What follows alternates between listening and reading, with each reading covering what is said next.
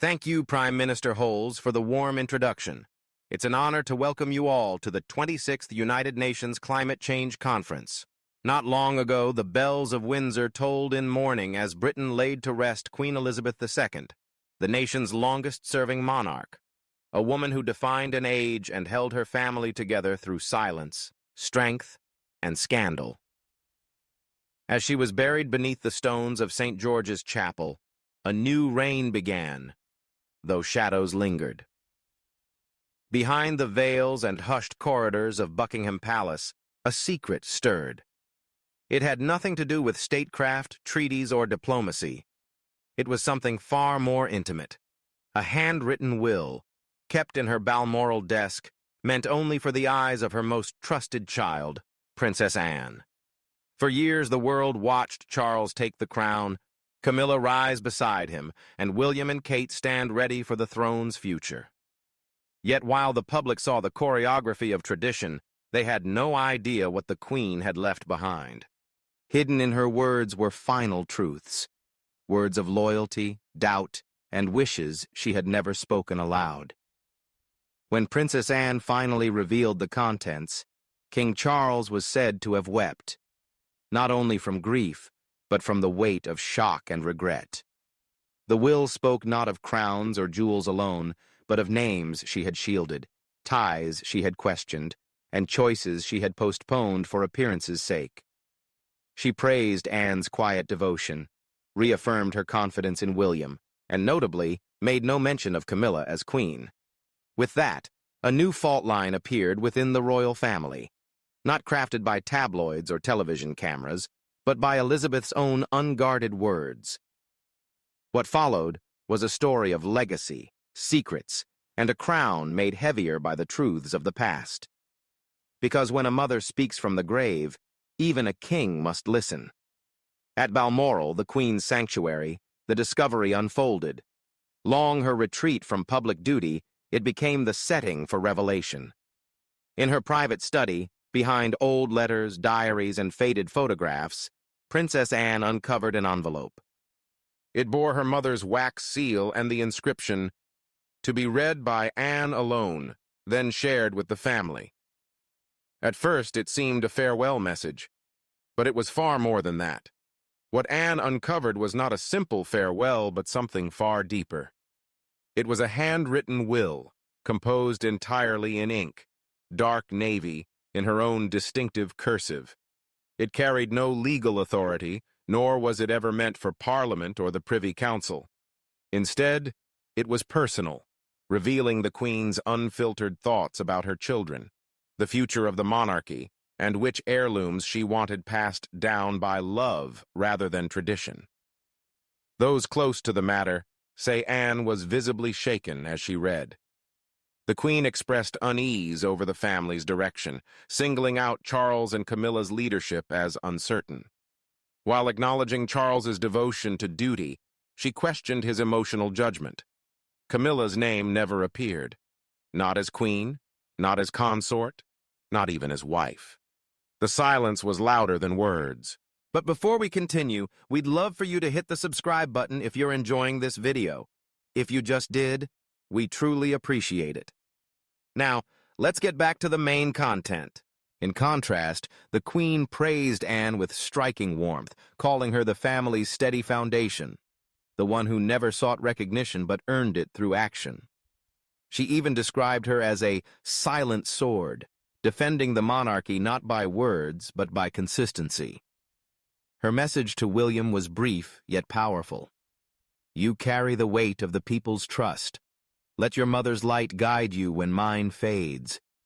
Many saw it as a deliberate shift of moral authority, passing something to William that she withheld from Charles. Diana was remembered, but Camilla was not. The contrast was undeniable. In a section labeled Legacy, the Queen outlined requests for specific heirlooms. Most striking was her wish for Diana's sapphire and diamond tiara, hidden from public view for decades, to be given to Princess Charlotte when she comes of age. It was intended as a tribute to her grandmother, forever preserving Diana's place in the royal story. Palace whispers suggest this decision would have deeply angered Camilla, who expected the jewels to acknowledge her new rank. Instead, Elizabeth made sure Diana's memory would endure.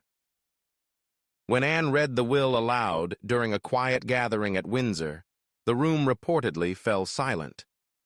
Charles, already drained by grief, was said to have lowered his head into his hand as Anne reached the closing line. Duty is not inherited by title, but earned by character. Let my love guide you, not just my crown. It was more than a farewell. It was a reckoning, a course correction delivered from beyond the grave. The Queen's last attempt to protect the monarchy was by telling the truth, even if it cut deep. And no one was better suited to bear that burden than Anne. For years, she had stood away from the spotlight, reliable but unglamorous, steady while others faltered. Unlike her brothers, she never chased attention, never embarrassed the crown, and never betrayed her mother's trust. She wasn't rewarded with applause. She was rewarded with responsibility. To Elizabeth, Anne was the daughter who never wavered, the one she could count on to guard not only the throne but the truth itself. Their bond was never just about lineage. It was anchored in duty, shaped by their shared passion for horses, their dislike of spectacle, and a quiet agreement that responsibility outweighed emotion. So when the Queen sat down, perhaps months before her death, to write a private will, she never hesitated about who should receive it. She knew only one person could be trusted to guard its words without twisting them for gain, without leaking or distorting them. That person was Anne. When Anne first opened the envelope in Balmoral's study, those close to her recall that she showed no tears, no visible shock. She simply nodded, as though the words confirmed what she had long sensed. She had watched the family drift apart. She had seen Charles struggle to control the narrative. She had observed Camilla's growing influence with silent discomfort, and through it all, she had kept her vow not to interfere in public. But now, she had been given her mother's voice, and she acted with the same unshakable sense of duty that had defined her life. She gathered the family in Windsor's private drawing room. No journalists, no ceremony, only blood. And there, she read her mother's words aloud. Some faces remained stern, others showed disbelief, a few burned with anger. Anne did not waver. When Charles broke down, wiping tears from his eyes, she placed a steady hand on his shoulder, not to console, but to remind him that duty could not yield to grief. This was never about Anne seeking power. She has never sought it. But in that moment, the Queen's decision became unmistakable. Anne had not been chosen to rule, but to safeguard the monarchy's soul. She was the final keeper of truth, the one who could not be swayed, the sister who stood firm. In a family riddled with fractures and betrayals, she alone carried her mother's absolute trust. And now, with that burden heavy on her shoulders, Anne faced the choice. Bury the secret to preserve appearances, or reveal it and risk breaking the crown to save it. Her decision was swift and irreversible. When Anne finished reading, Windsor fell into a silence so profound it seemed to thicken the air. The Queen's words had been gentle on the page, but their meaning was thunderous. No one felt the weight more than King Charles III. He had thought this chapter might bring peace, a measure of closure. He had grieved publicly, spoken eloquently of her legacy, accepted the crown, and endured the endless scrutiny. But nothing could have prepared him for her private judgment. She hadn't stripped him of the throne, but by entrusting Anne with her final words, passing Diana's treasures to William and Charlotte, and refusing to acknowledge Camilla as a permanent figure, her doubts were unmistakable. Those present say Charles tried to hold himself together. His hands locked tightly, eyes fixed on the floor, until the final line was spoken. Duty is not inherited by title, but earned by character. Something inside him gave way. He rose slowly, turned toward the window, and whispered, I wasn't ready for this. The words carried decades of unspoken pain. He hadn't been ready as a boy groomed for a crown by a mother who rarely showed warmth. He hadn't been ready when Diana shattered the illusion of perfection. He hadn't been ready when Camilla became both his partner and his controversy. And now, even as he finally wore the crown, he was confronted with the possibility, written in his mother's own hand, that it was never truly meant for him at all. Anne said nothing. She didn't need to. Her silence was answer enough. Her presence alone was enough to steady the room, even as Charles's world seemed to collapse beneath him.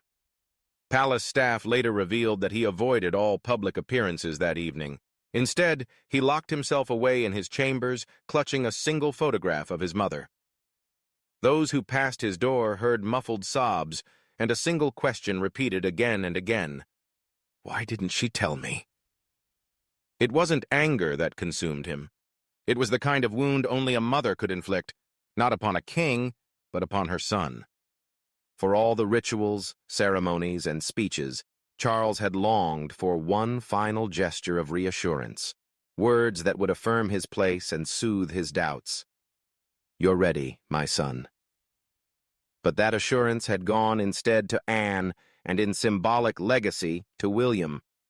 Charles had inherited the crown, but lost the only voice that could make him believe he truly deserved it. While the shock of Elizabeth's secret will reverberated through Windsor, another figure sat in silence, her calm mask betraying the storm inside. Camilla, queen consort by title, realized she had been stripped of something far more vital than pomp or ceremony. She had been denied recognition by the one woman whose approval mattered most. For her, the crown had always been hard-won. Decades of tabloid scorn had branded her as the other woman, the mistress blamed for shattering a fairy tale. Though public opinion softened over time, scars remained. She had endured humiliation, ridicule, and years of careful rehabilitation, finally stepping into her role beside Charles with the dignity of a queen. Yet in a single handwritten will, all of that was undone. Elizabeth had written with warmth about William, about Anne's loyalty, even about Harry's difficult journey. But of Camilla? Almost nothing. No tribute, no words of trust, not even an acknowledgement of her role as Charles's partner. It was as if she had been erased. Whether intentional or not, it cut deeper than any insult. Those present during Anne's reading said Camilla kept her composure, her expression set in stone. But those who knew her saw the flicker in her eyes. Disbelief quickly hardened into something colder. Later, in a quiet hallway, she turned to a senior aide and muttered, "So that's it then. I was never part of her plan."